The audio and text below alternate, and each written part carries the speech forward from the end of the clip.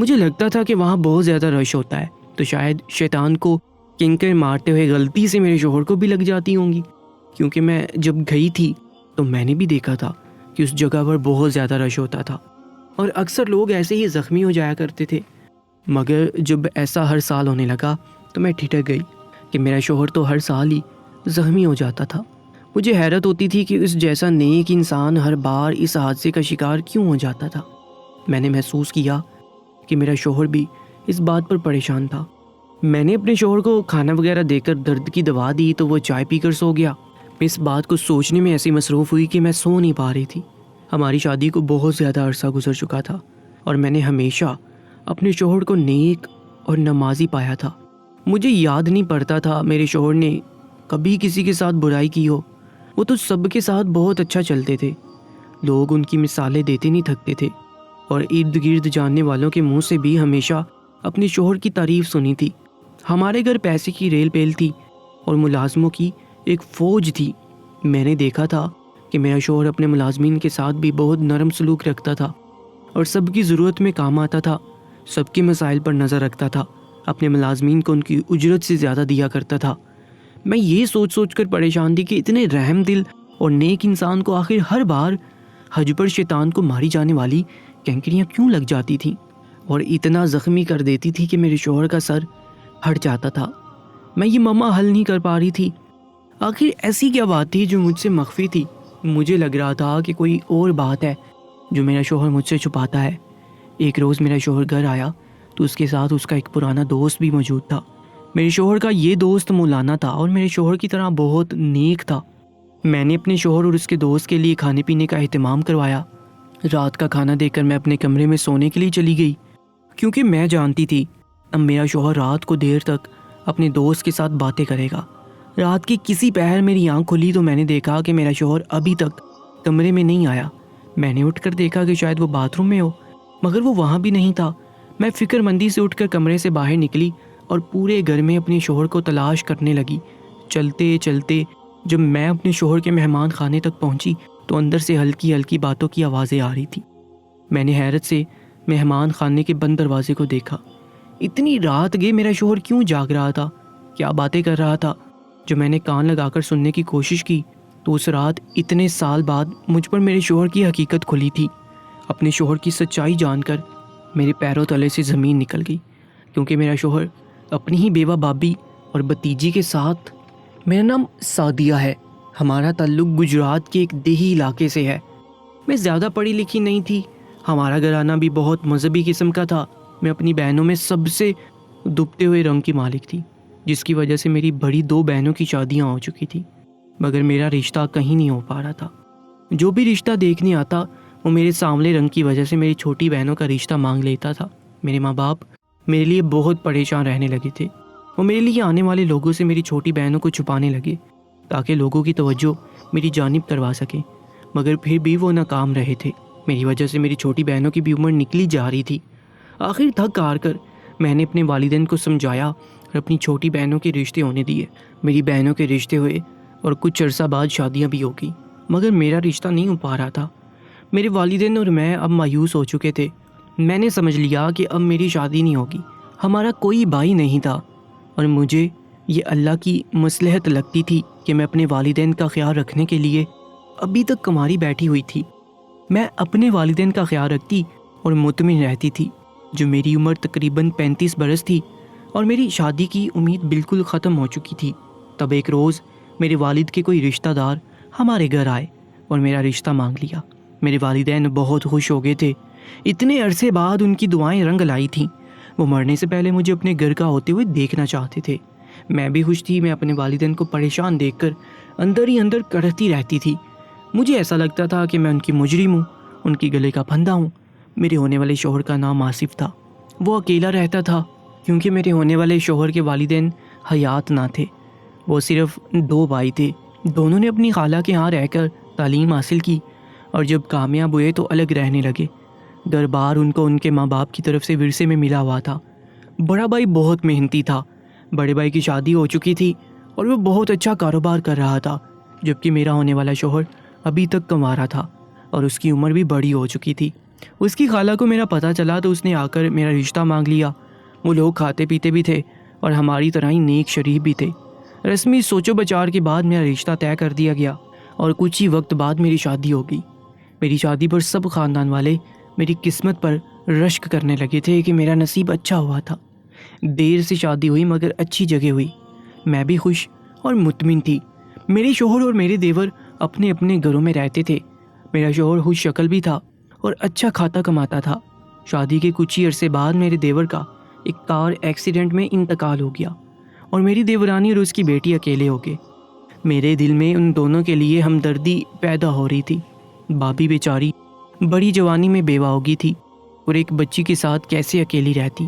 میں نے اور میرے شوہر نے کوشش کی کہ ان دونوں کو اپنے ساتھ رکھ سکیں، مگر میری دیورانی ہمارے ساتھ رہنے پر راضی نہیں ہو رہی تھی۔ میں بابی کو سمجھاتی تھی کہ آپ تو خوش نصیب ہیں، آپ کے دیور کو آپ کی اور یتیم بھتیجی کی اتنی فکر ہے، وہ راتوں کو جاگتے رہتے ہیں۔ تب بابی نے میری آنکھوں میں غور سے دیکھ کر سنجیدہ لہجے میں کہا تھا، سعدیہ تم نہیں جانتی آصف کو کس بات کی فکر ہے اور کیا بات ہے جو اسے راتوں کو سونے نہیں دیتی۔ اب میں حیران ہوگی۔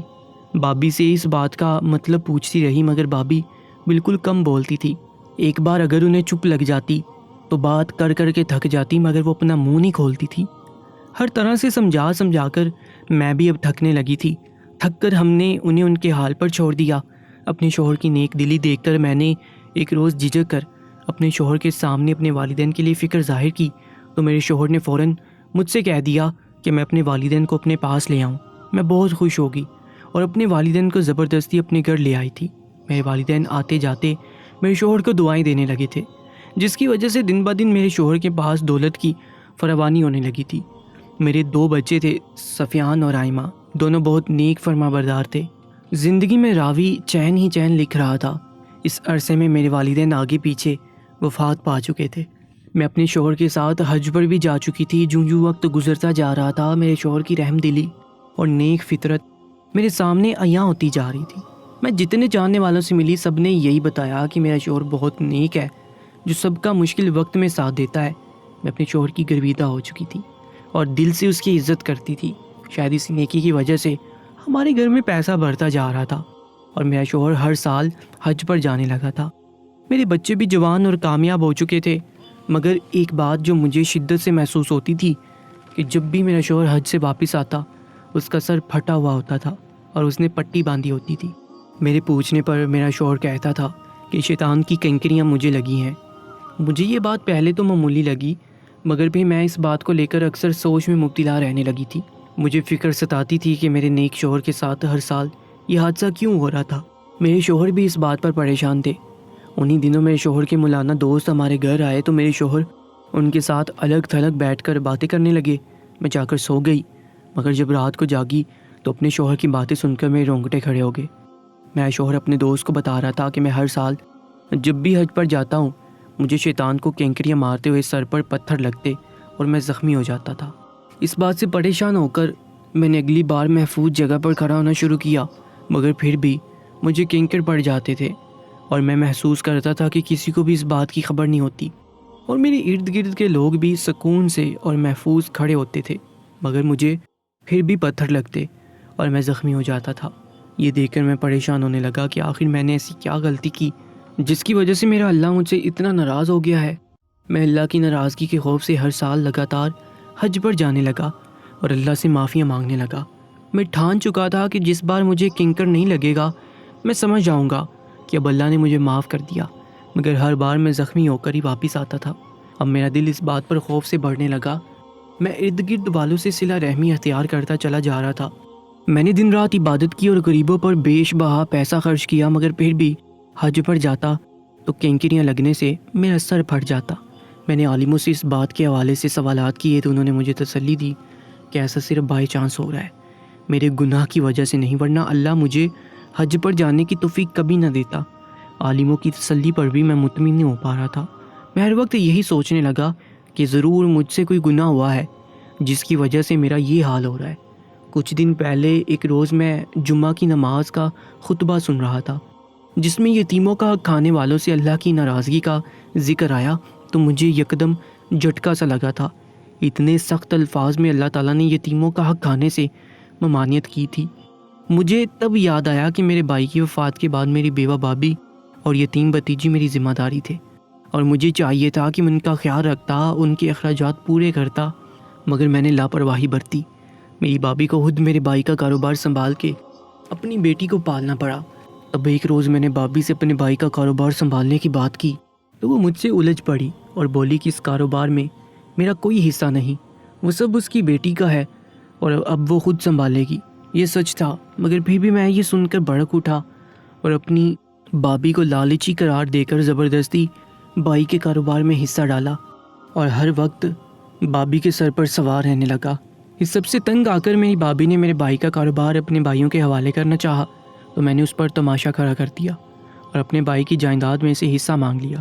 میں اپنے ساتھ کچھ خاندان والے ملا لیے اور یہ ثابت کیا کہ بھائی کے کاروبار میں میرا بھی حصہ ہے۔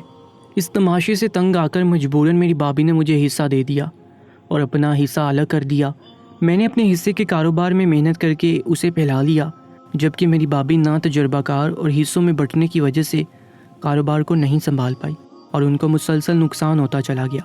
میں نے تب بھی ان کا ساتھ نہیں دیا، بلکہ جو میری بابی حالات سے مجبور ہو کر سستے داموں اپنا حصہ بیچ رہی تھی، تب میں نے وہ حصہ بھی خرید کر اپنے کاروبار میں شامل کر دیا۔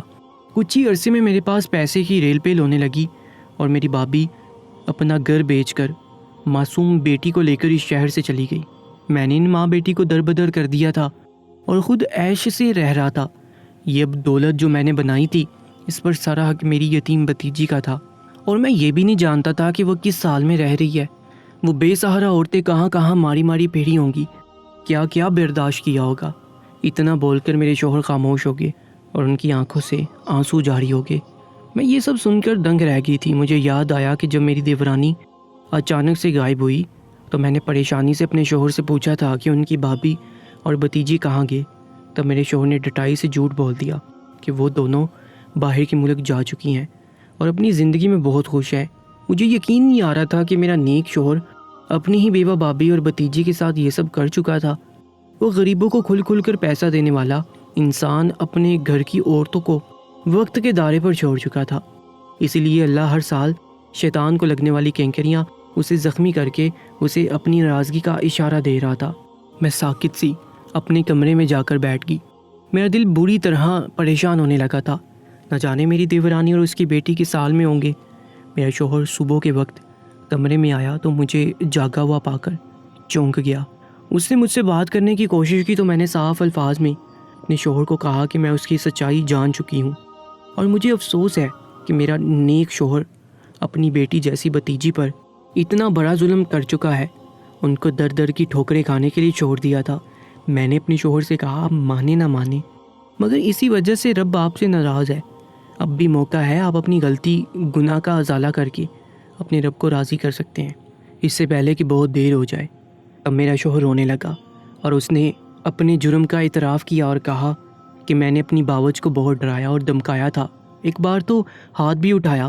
میری بتیجی اس وقت چھوٹی تھی، اپنی ماں کے ساتھ چمٹ کر کھڑی ہوتی، اس کے معصوم چہرے پر خوف کے سائے صاف نظر آتے تھے۔ آنکھوں میں آنسو لیے وہ میری طرف دیکھ رہی ہوتی تھی، مگر مجھے اس وقت ان دونوں پر بالکل ترس نہیں آتا تھا۔ میں اتنا ظالم بن چکا تھا، پیسے کی حرص نے مجھے کہیں کا نہیں چھوڑا تھا۔ اب تو میں ان سے نظریں بھی نہیں ملا سکتا۔ معلوم نہیں وہ لوگ مجھے معاف بھی کریں گے کہ نہیں۔ شوہر بہت شرمسار نظر آ رہا تھا۔ میں نے اپنے شوہر کو کہہ دیا کہ جب تک وہ اپنی بابی اور بتیجی کو ڈھونڈ کر ان کا حق نہیں دے سکتا، ہم گھر والوں سے اس کا کوئی تعلق نہیں ہے۔ میرا شوہر بہت شرمندہ تھا۔ میری ناراضگی شامل ہوئی تو میرا شوہر دباؤ میں آ گیا۔ میں اپنے شوہر سے بہت محبت کرتی تھی۔ میں چاہتی تھی کہ وہ اپنی یتیم بتیجی اور بیوہ بابی کو گھر لے آئے، ان سے معافی مانگے تاکہ میرا رب بھی میرے شوہر کو معاف کر دے، میرے شوہر کو اللہ کی رضا اور خوشنودی حاصل ہو جائے۔ اسی وجہ سے میں شوہر پر دباؤ ڈال رہی تھی۔ میرے شوہر نے مسلسل اپنی بیوہ بابی اور بتیجی کی تلاش شروع کر دی تھی۔ کہتے ہیں ڈھونڈنے سے تو خدا بھی مل جاتا ہے۔ کچھ ایسا ہی ہوا کہ جب میرے شوہر نے پوری دل جمی سے ان کی تلاش کی تو جلد اسے وہ دونوں مل گئے۔ جب ان دونوں کو میرے شوہر منا کر گھر لائے تو میں ان کی حالت دیکھ کر ساکت رہ گئی۔ ان کے بسیدہ لباس تھے اور مفلسی کی وجہ سے ان کے رنگ روپ جل گئے تھے۔ وہ بہت قسم پرسی کی حالت میں جی رہے تھے۔ میری دیورانی پریشانیوں کا شکار ہو کر بہت بیمار رہنے لگی تھی اور ان کی بیٹی شادی کی عمر ہونے کے باوجود ماں کی خدمت اور غربت کی وجہ سے کماری بیٹھی تھی۔ میں نے کھلے دل سے دونوں کا استقبال کیا اور میرے شوہر نے بھی اپنی بھتیجی کا حصہ اس کے نام کر دیا، ان سے معافی مانگی۔ ماں بیٹی نے بھی دل بڑا کر کے ہمیں معاف کر دیا۔ غربت کی چکی میں وہ لوگ بری طرح پس رہے تھے۔ ان کی حالت دیکھ کر مجھے احساس ہوا کہ ہمارا رب اگر ہم سے ناراض تھا تو بالکل صحیح تھا۔ میرے شوہر کی یتیم بانجی اتنی ملکیت ہونے کے باوجود کس حال میں تھی، ہم دونوں نے فیصلہ کیا اور اپنے بیٹے کے ساتھ میرے شوہر کی بھتیجی کا رشتہ طے کر دیا۔ اسی طرح ہم ان پر گزرے برے حالات کا مداوع کرنا چاہتے تھے، اور ایسا ہم دولت جائیداد کے لیے ہرگز نہیں کر رہے تھے۔ ہم نے ان کو یقین دلایا کہ ہم اپنے رب کی رضا کے لیے آپ کی بیٹی کو اپنی بہو بنانا چاہتے تھے۔